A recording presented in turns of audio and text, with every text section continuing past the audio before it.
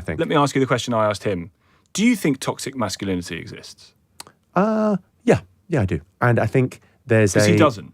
Okay, well, here's what I think on masculinity. And by the way, I do not have a zero-sum view of empathy. So there's a weird thing where people go, oh, you're talking about young men having a problem, therefore you must not care about young women. Yeah. I think the greatest partnership there has ever been in the history of the planet is men and women together. And we come. What if the biggest problem facing young men isn't masculinity, but the fact that too many of them are becoming isolated from real life? That is the provocative argument behind this conversation about masculinity. Andrew Tate, social media, video games, dating, and the decline of real-world social spaces. The speaker argues that when young men lose community, purpose, and positive role models, someone else will eventually fill that vacuum. And sometimes that means controversial internet personalities. But there's an even bigger warning here. We may not lose our freedom because someone takes it from us. We may give it away ourselves for convenience, entertainment, and endless digital stimulation. So, is society actually creating the conditions for a crisis among young men? Let's take a closer look at what is really happening behind the headlines. The stuff I see of you more often than not now is you talking about, actually quite a lot about the plight of young men, of masculinity. You introduced me to a guy called Warren Farrell, for example, in listening to some of the things you talked about. Warren Farrell was the guy that wrote the original. I mean, he was a big player in the feminist movement in the late 60s. I mean, a very important mind in the feminist movement. And then he wrote a book called The Myth of Male Power, which I think has been misinterpreted by lots of people. But it's interesting. All the dangerous jobs are done by men. I'd really recommend, if I was going to name check anyone, Scott Galloway has got a new book out. A phenomenal writer. Just a brilliant man, I think. Let me ask you the question I asked him. Do you think toxic masculinity exists? Yeah, I do. And I think there's Because he doesn't. Okay, well, here's what I think on masculinity. And by the way, I do not have a zero-sum view of empathy. So there's a weird thing where people go, oh, you're talking about young men having a problem, therefore you must not care about young women. Yeah. I think the greatest partnership there has ever been in the history of the planet is men and women together. And we come together, but we're different. We're not exactly the same. There's different things going on. So toxic masculinity, here's my view. We used to have toxic masculinity every Friday night, okay? A Western came out or a mob movie came out once a week. And they don't make those movies anymore.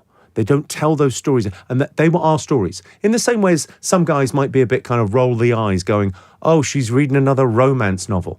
Well, that's her stories. And she's getting something out of that romantic fiction.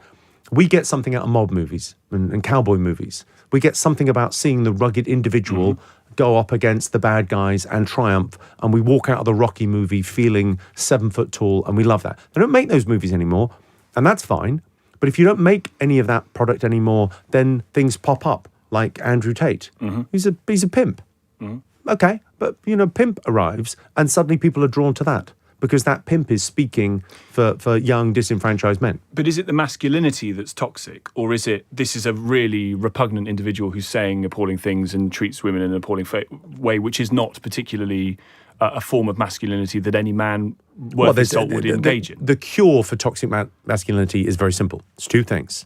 Be a gentleman and be a mensch. That's it. That's it. You're done. It's super easy. How do you be a mensch? Do for others. Be of service. Be of service to your friends. Stop asking what you want and ask what you have to offer. Real simple. One of the things Scott Galloway said when we had him on the show the other day was he thought that one of the creators of the crisis of masculinity was that young men don't go and drink. They don't have. And the death of pubs This plays is into the best line in his book. The risk to your liver is as nothing compared to the risk of social isolation. People aren't just working from home, they're living from home. Yeah. Everything's getting delivered. And there's kind of an issue with that in terms of you want people to go out and live their lives.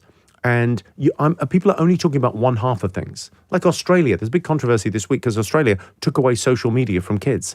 You can't just do that. Jonathan Haidt wrote about this brilliantly. You can't just take away the ultimate freedom they were enjoying online. You have to give them freedom in the real world.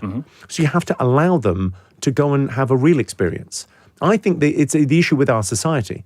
Sorry, this might all be too boring for LBC listeners, but the idea, I think George Orwell was not right. I think he's brilliant, but 1984 isn't right. Our freedom will not be taken by an authoritarian from above. Our freedom will be given away by us for cheap dopamine. It's a brave new world. It's Aldous Huxley. And we're giving it away. It's cheap dopamine. Look at young men. What do they want to do?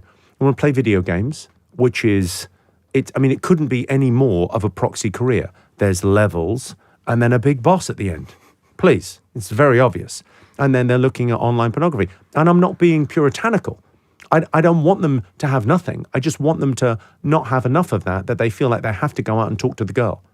Because the rejection is terrifying. Yes, but isn't that the bit? The bit is the rejection. And to pick up on Galloway again, the idea that a young man needs to ask a girl out with the fear that they are going to say no.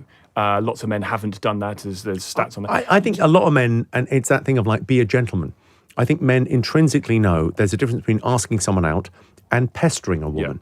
And knowing the difference between the two. And that's why you need a gang of guys.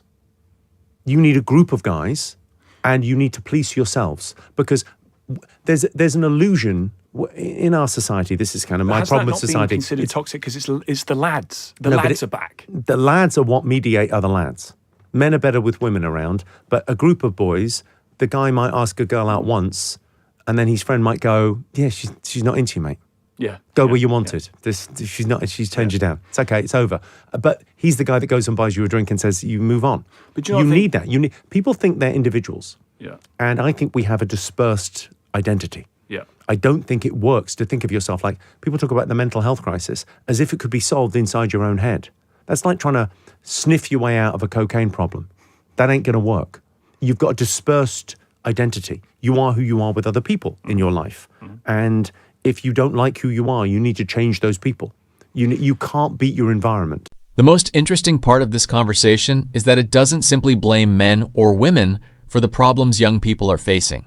Instead, it points towards something more basic: community. The argument is that masculinity itself isn't necessarily toxic. The real problem comes when young men have no positive direction, no close friends, and no meaningful role in the real world. And that helps explain why figures like Andrew Tate can attract attention. You don't have to agree with Tate to understand the appeal. If someone feels ignored, lonely, or directionless, a person who tells them, "I understand your frustration, and you can become stronger," can have enormous influence. That is the vacuum. And when healthy communities don't fill it, the internet will. The conversation also makes an important point about modern convenience. Food gets delivered, entertainment is always available, work can happen from home, dating happens through apps, and social interaction increasingly happens through screens. Technology isn't automatically the problem, but when convenience replaces real experience, something changes. Young people need to experience rejection. They need friendship. They need responsibility.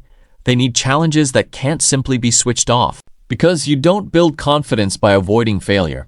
You build it by failing, recovering, and trying again.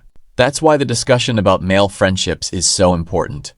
A good group of friends can tell you when you're making a mistake, help you recover from rejection, and remind you that one bad experience isn't the end of the world. And perhaps that's the real message here. Young men don't need to be told that women are the enemy. They don't need to be told that every problem is society's fault. They need better examples of what strength actually looks like. Strength without cruelty, confidence without arrogance, discipline without obsession, and responsibility without resentment. At the same time, society has to recognize that young people are living under very different economic and technological conditions than previous generations. So simply telling them to man up isn't enough. The solution requires both personal responsibility and stronger communities. Because if we want to reduce the influence of destructive online messages, we can't just tell young people what not to become. We have to give them something better to become. That means real friendships, meaningful work, social spaces, purpose, and a reason to participate in the real world. And that may be the biggest question of all. Are we using technology to improve our lives, or slowly using it to avoid living them? Tell me what you think in the comments. If you found this analysis valuable, like the video and subscribe for more political and cultural commentary. Thanks for watching.